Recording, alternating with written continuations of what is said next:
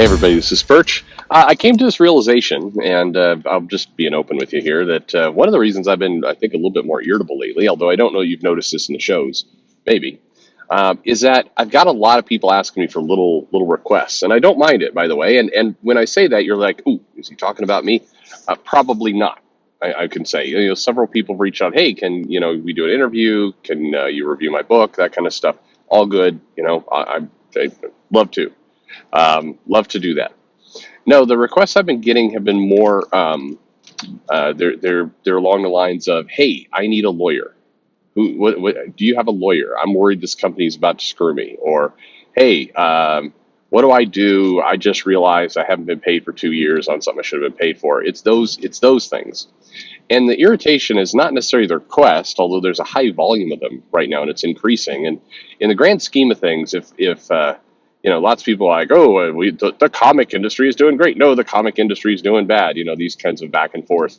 The canary in the coal mine for me is, a 200% increase in the people in my network reaching out asking for legal help because they think they're going to have to go threaten somebody to get paid.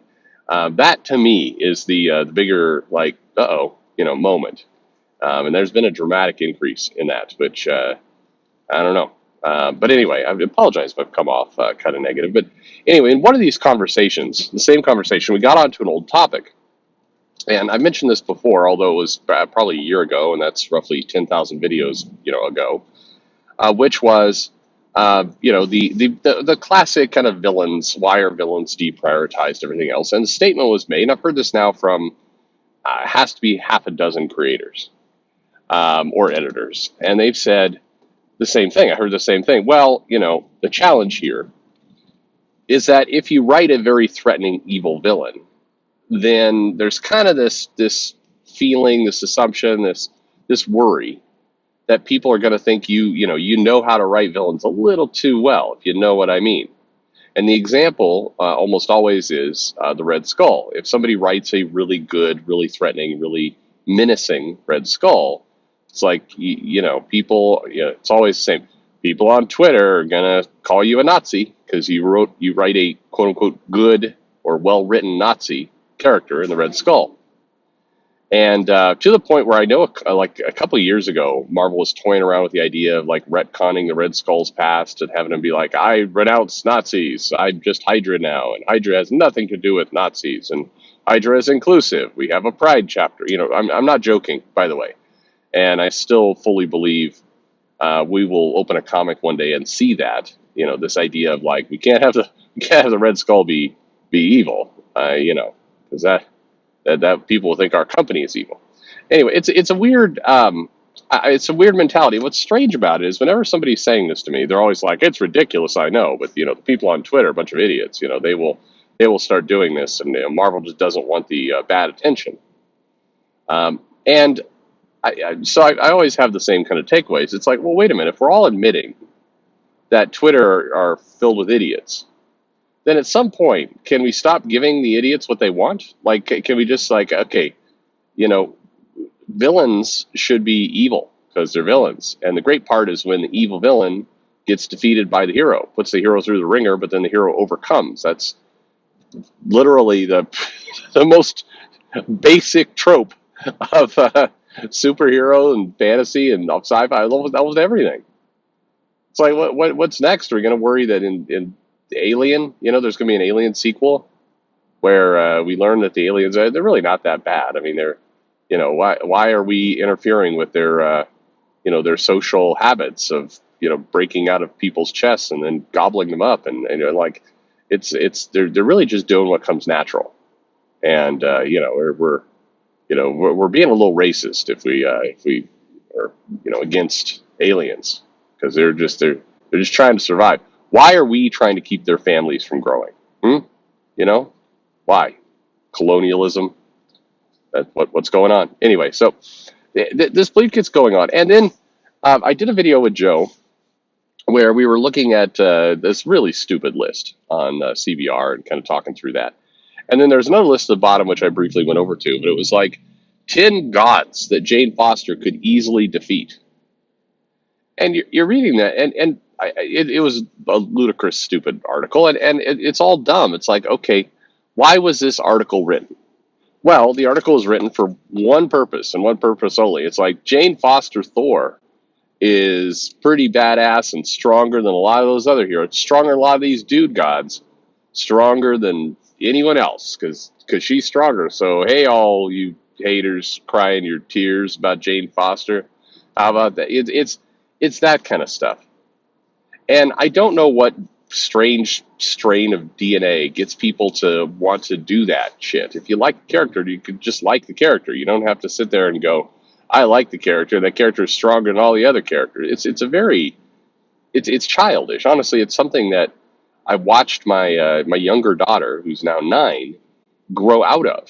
Like I watched her evolve out of that mentality of being, baby mentality, and yet, right? And it strikes me that this is this all gets tied together as one of the weird challenges that you see in comics, where it's whether it's an insecurity, whether it's who knows, but it's this idea of like, hey, we can't have the villains be very threatening because somebody might call us a villain if we do that, so we can't do that. And then if we introduce a new hero, if we take a replacement hero, if we take a Miles Morales and we let him be Spider-Man, Miles is, how old is Miles? A teenager? Is Miles old enough to drink? Have they canonically had Miles drinking? I assume Miles is a teenager because he goes to a high school, right? Or is it junior college? Who knows? But anyway, Miles is young. Peter Parker is older. Peter Parker, when he was young, as Spider-Man, would make mistakes, kind of do immature, goofy things, and struggle.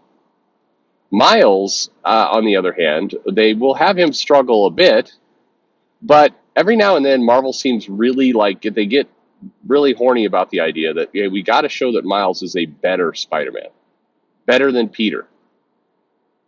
And it's a very strange way of thinking. So think about for a moment, parenthood. You got kids, you have generational things, and one of the things that you say is you want your kids to turn out better than you. You want your kids to do better than you. You want them to make more. You want them to have an easier life. This is a desire you want for your children. Every new generation, you hope that you struggle a little bit so they get to struggle a little bit less. Not struggle at all, but just struggle a little less. And this is one of the gifts that a lot of parents, in their minds and their hearts, think they're giving their kids. It's like, I'm going to make your life a little easier than my life, and then you do the same for your kids, and this is how we advance as a society. But in comics, there seems to be a little bit of the new generation has to, have zero struggles or as few struggles as possible, has to be constantly dramatically better than the previous version. And we have to constantly remind everybody of how flawed the old version was. And this is kind of the weird difference in real life versus how a lot of comics are written, is at no point do I think I'm going to make a better life for my kids and point out to them how awful I am. And this is a kind of a weird generational thing we've slipped into outside of comics as well, of like, we really have to tear down, our parents, talk about how awful they were, to complain like, you had all this time on this planet, you didn't solve famine and genocide and racism and all these other things. You had your chance to solve racism completely, and you didn't do it. I don't know. Also, where's those pills that you can take instead of eating a dinner? And how come we don't have a hoverboard and a flying car and a jetpack? What were you guys doing all this time? Listening to the Beatles, you old farts. What were you doing? Why weren't you making my goddamn jetpack and solving racism, you assholes? That anyway. There's a little bit of that. And comics really seems to be doing wish fulfillment for this point of view. And it's why all these new characters come around. And it's, on one hand, we've got to make them stronger, better, faster, superior in every single. They're better. They're better heroes. How many articles? How many things? Like, here's why Laura Kinney is the better Wolverine. Can she not just be a great hero on her own? Why is she judged and measured by Logan? What does that have to do with anything? Honestly, Why do we have? There was the one that showed up about a week or two ago. Somebody sent me. It's like, why Riri Williams is a better Iron Man than Tony Stark, and it's like she looks at things with an open eye. She questions the system rather than goes into it. It's like, why does it matter?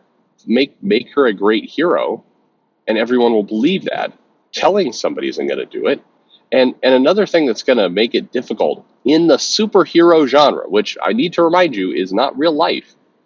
In the superhero genre, one of those classic cases of how a character becomes popular and important and meaningful is by defeating villainy. It's kind of baked into the whole superhero genre. So I go back. If you have decimated the villains, if you are scared to write a evil Nazi Red Skull because somebody on Twitter might think you're a Nazi because you wrote a Nazi, if you are worried about that, by the way, one example people bring up is, and I mentioned this before, and I'm going to get this wrong, so I apologize, but Ethan Van Sciver had a sketchbook with Sinestro on the cover, and it was called what My Struggle or so. Anyway, people related it back to something Hitler wrote or did, or I don't know. Anyway, it was clearly, if this is the part that always gets me about this entire government, because people spent many hours, many days writing articles about this, and this has nothing to do with Van Sciver or any of that, but you do realize Sinestro is a villain, right? Like he is an actual villain, maybe sympathetic in areas, maybe once a hero, had a tragic past and everything else, but Sinestro is a villain who demands, kind of fascist world order kind of things. He's not a hero. So if you're going to portray him on a book and you're going to have him, saying something evil or it's titled something evil because he's there, I mean, yes, right? I mean, that's what you should do, right? Because he's a villain, you dumbass. What are you doing? Anyway, this whole thing came up, and it gets brought up of like, this is one of the reasons why it's like, if you saw what happened to Van Sciver over this title to a sketchbook, and so if I write an evil Red Skull, then I'm next. I'm like, you know what? I don't think you're next. I don't think so. And even if you were, this is when you use some of that credibility and you give that person the finger and you go, your opinion here is stupid. Because, okay, sorry, I got off track there. But the thing I was pointing out was, if you want these characters to be bigger, faster, stronger than the heroes that came before them, if you want to say that Miles Morales or Riri Williams or Kamala Khan or Jane Foster or whatever it is, whatever the new legacy, Sam Wilson is Cap, you're going to need to give them a huge villainous threat to overcome. And in the superhero genre, that's got to be a really meaningful, devastating threat. It can't be climate change. Climate change can't be that threat because, again, we've seen, and even in the, the conclusion to the Reckoning War over in Dan Slott's Fantastic Four shows a powered-up Watcher, the Watcher, Yatu, the Watcher. It shows him basically restoring quadrillion worlds in a galaxy, healing a planet. I mean, like, he fixes the moon in this comic. They make a point to talk about how Reed Richards, how old is Valeria now? Under 10?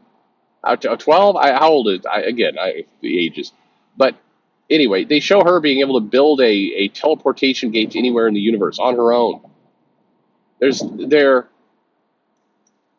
You can't have a big villain be climate change when you've got characters and gods running around that can literally heal the moon, which has been cracked in half, or all these tech advances. It doesn't work.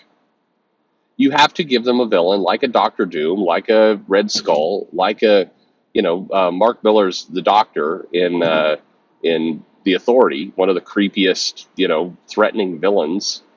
You got to give something like that, and that means super evil. And so if you're worried about being seen as evil if you write an evil character, but you want these heroes to be seen as the greatest of all time, those two are incompatible. Bluntly, you're going to never be able to accomplish your goal. You've got to have these characters face real threats, meaningful threats that are not kind of vague, ambiguous. not threats we face on a daily basis here. Yeah, the climate change. Look, I'm living like yesterday in Texas. It was 112 degrees where I live. Yeah, it sucked. I don't want Captain America trying to fight the temperature. You got. He needs to fight the Red Skull. Anyway, this seems really obvious to me. The part that always irks me about these conversations is and I know I've hit it. It's that. Well, they the people on Twitter will be mad. Those people are a bunch of jerks, always saying a bunch of stupid things. People on Twitter. If you know that, stop caring. you you know that they're wrong. So just move on. Just ignore. Don't let them dictate your life. You're writing crappy comics. Anyway, I don't know. I put all those pieces together this morning. There you have it. Anyway, let me know your thoughts below. It drives me crazy, and it's like the hard part is it's like these are grown adults saying this stuff, and it's like, damn it, you should know better than this. You should know better than this is that's crazy talk. Anyway, thanks for listening.